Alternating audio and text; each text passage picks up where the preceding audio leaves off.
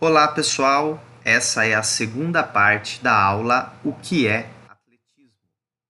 E para a gente entender um pouco mais as diferentes modalidades do atletismo, nós vamos fazer agora um estudo que é da área das ciências, das ciências biológicas, ou seja, das ciências do corpo, do funcionamento do corpo humano, para que a gente possa então entender as diferentes modalidades do atletismo, E por que o atletismo é chamado de o esporte mais democrático que existe, tá certo? E para isso nós vamos falar sobre capacidades físicas, tá? O termo capacidade física é uma definição de todos os atributos do nosso corpo que são treináveis, ou seja, que a partir do treinamento a gente consegue melhorar, tá? Em outras palavras, são todas as qualidades físicas de movimento, motor, não é de motor de carro, quando eu falar de motora, diz respeito ao movimento, os movimentos que nós fazemos e que são treináveis, tá certo? Se vocês olharem a foto ao lado, a gente vai ver ali algumas capacidades físicas representadas. Talvez a definição de capacidade física fique um pouco obscuro para vocês, mas se a gente for pensar nas qualidades dessa capacidade física, a gente vai começar a entender o que elas são. Se vocês olharem a primeira foto ali, tem um rapaz fazendo exercício de musculação. Quando a gente olha essa foto, o que nós podemos pensar em relação ao movimento que ele está fazendo, né? Ou melhor, que tipo de capacidade física ele tem que usar para poder movimentar um peso? Se vocês olharem ali os músculos todos contraídos, a gente vê essa foto e lembra logo de uma palavra que acredito que todo mundo entenda, que é força. Então, o que ele está fazendo ali é força. Força é uma capacidade física, Ela pode ser treinada, nós conseguimos melhorar a força do nosso corpo, com treinamento específico. Se vocês olharem a foto ao lado do rapaz fazendo exercícios de musculação, vocês vão ver um outro movimento que nos remete à ideia de velocidade. Velocidade também é uma capacidade física e ela é possível de ser treinada. Se nós olharmos então, portanto, cada uma das fotos aí dessa imagem, a gente tem ali as representações de diferentes capacidades físicas, que é o que nós vamos falar adiante, tá certo? Pois bem, para facilitar então o nosso entendimento do que é essa capacidade física, é o seguinte, pessoal. É através dessas capacidades que nós conseguimos executar qualquer movimento, desde o mais simples até o mais complexo. Vamos entender os mais simples, os movimentos mais simples, aqueles que a gente faz o tempo todo, que é se levantar, que é sentar, que é andar, que é saltar algum obstáculo natural do dia a dia, que fazer uma corridinha até a sala quando começou aquele programa que você estava tanto esperando. Então, todo movimento ele depende de uma capacidade física que vai possibilitar que esse movimento exista, tá certo?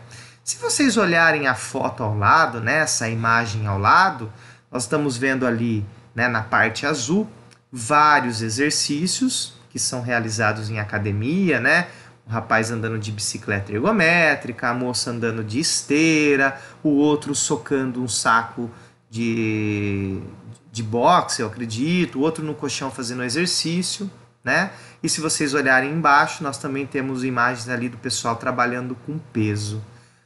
Todo movimento, desde o movimento de andar, como o andar da esteira da moça na foto, na figura, até os exercícios com peso, eles só são possíveis graças às capacidades físicas, que, como eu disse anteriormente, a gente conhece várias, como a força, como a velocidade, Existem outras também como a resistência, o equilíbrio, a flexibilidade, que é a capacidade de a gente alongar o corpo, tudo isso são capacidades físicas. E todas elas são treináveis, tá certo?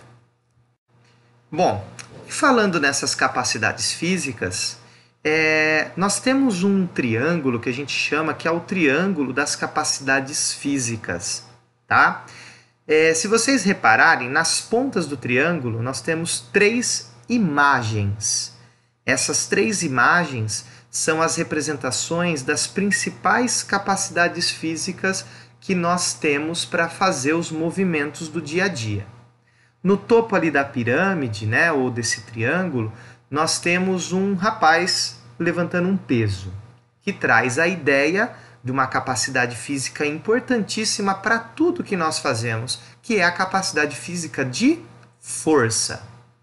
Aqui na ponta do lado esquerdo, nós temos uma representação de um atleta correndo, né? Tá correndo numa postura mais reta, que traz a ideia de resistência. Resistência são todos aqueles movimentos que a gente faz ele de forma repetida durante um longo período. Então, se eu for, por exemplo, fazer uma corrida que dure 3, 4, 5 minutos, ou seja, eu tenho que fazer um movimento repetitivo durante muito tempo, eu chamo isso de resistência. E quando eu preciso fazer uma ação que ela é rápida, que ela é veloz, aí eu tenho aqui do lado direito da pirâmide, né, até um atleta também correndo, né, só que numa postura que traz a impressão de velocidade, onde nós temos essa capacidade física de realizar ações muito rápidas.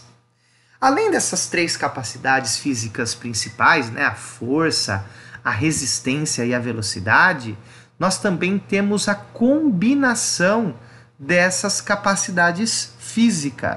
Vamos usar um exemplo do dia a dia para a gente entender o que é essas capacidades físicas combinadas. Imagine que você foi ajudar a sua mãe, o seu pai, a tirar a compra do carro, né? Foi lá no mercado, comprou.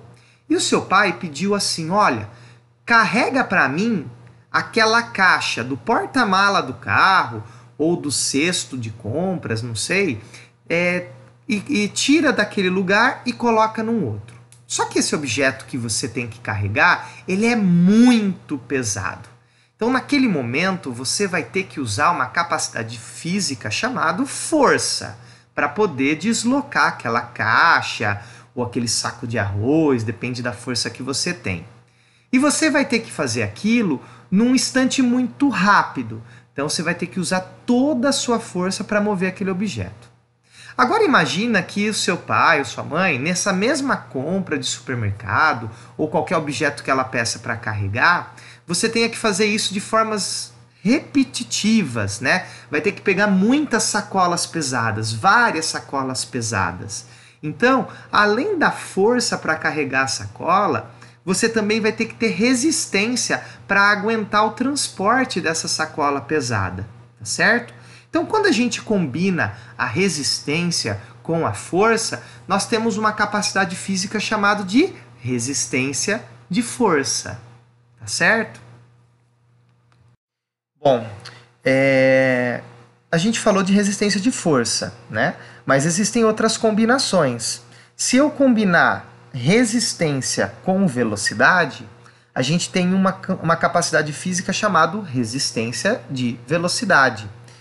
Percebam, pessoal, que quando eu falo dessas capacidades físicas, a gente pode também pegar o atletismo, que é a área que a gente está estudando, para poder identificar no atletismo essas capacidades físicas. A gente vai conhecer mais para frente as provas específicas do atletismo, mas, por exemplo, existe uma modalidade que chama 800 metros rasos, tá? Que correspondem a 2 voltas na pista de atletismo. A prova de 800 metros rasos, isso eu estou falando para um adulto, não é para uma criança ou para um adolescente, tá? Isso é para um adulto. O adulto, ele vai ter que correr esses 800 metros em uma velocidade muito grande. Só que o nosso corpo não consegue suportar a velocidade máxima durante muito tempo, tá? Então, para um atleta conseguir percorrer a prova dos 800 metros, ele tem que treinar essa capacidade de aguentar uma velocidade alta durante um período prolongado de tempo, tá certo? Então, na prova dos 800 metros rasos do atletismo, o atleta ele precisa treinar muito essa capacidade física de resistência de velocidade, tá certo? Outra capacidade física que é uma combinação de duas outras capacidades é a potência, né? Que a gente também ouve muito nas transmissões esportivas na televisão, com uma outra palavra, explosão, que é quando você precisa fazer uma força, né, junto com um movimento rápido, com velocidade. Bom, a capacidade física de potência, ela está presente na grande maioria dos esportes, tá? Então, tá no chute do jogador de futebol quando lança a bola contra o gol, no salto do jogador de basquete para arremessar a bola, ou no salto do jogador de vôlei para fazer um bloqueio, um saque, no mergulho do nadador de natação, né? Então, a potência é aquele movimento rápido e veloz. O atletismo está cheio de provas em que a potência é uma capacidade física importante, como, por exemplo, nas provas de arremessos e lançamentos. Tá? A grande maioria, ou melhor, né, todas elas têm a presença da potência, tá bom? Que é a união da força com a velocidade. Nas provas de corrida, a gente pode dizer que as provas de corrida mais rápidas, né, as de velocidade, que o atleta tem que largar do bloco de partida. Então, naquele momento que ele ouve o tiro de partida e ele precisa empurrar o bloco para deslocar o corpo dele e aí então começar a correr, nós temos a ação da potência.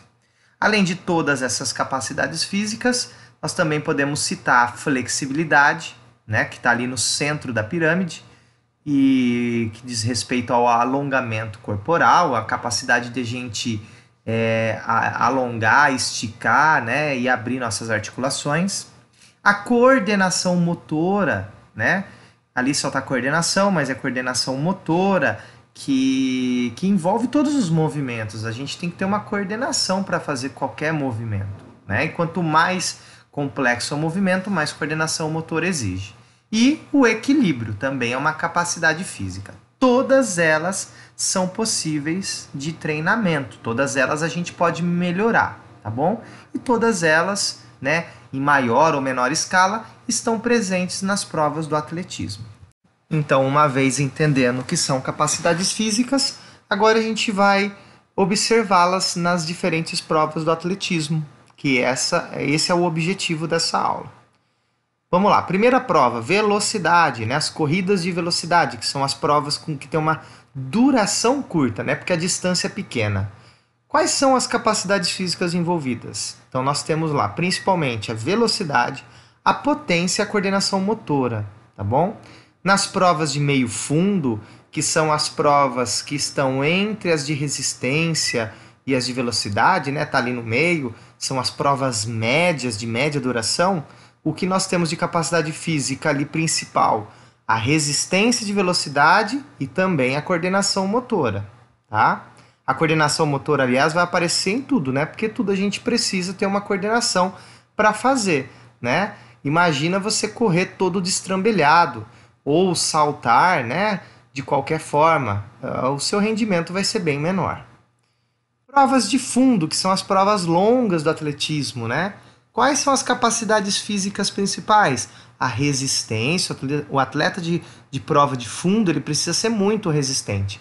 Prova de fundo, por exemplo, são a maratona, né? São 42 quilômetros.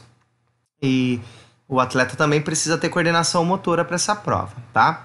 Nas provas com barreiras, as provas com barreiras, pessoal, são as provas que têm obstáculos, só que elas são curtas. Então, nós temos os 110 metros com barreiras para os homens e os 100 metros com barreiras para as mulheres e os 400 metros com barreiras para ambos, tá? Então, a distância da corrida com barreiras é curta. São curtas. Quais são, então, as capacidades físicas dessa prova? Resistência de velocidade, né? Velocidade também não está ali, mas a velocidade também é importante. A flexibilidade, porque o atleta ele não salta a barreira, ele transpõe a barreira, ou seja, ele usa a velocidade que ele está correndo e apenas estica as pernas para poder transpor a barreira, tá? Para isso, precisa ter uma boa flexibilidade. Corridas com obstáculos, diferente das corridas com barreiras, elas são um pouco mais longas, tá? Elas têm uma duração média aí, tá? Que são as provas de 2.000 e 3.000 metros com obstáculos. Quais são as capacidades físicas importantes aí?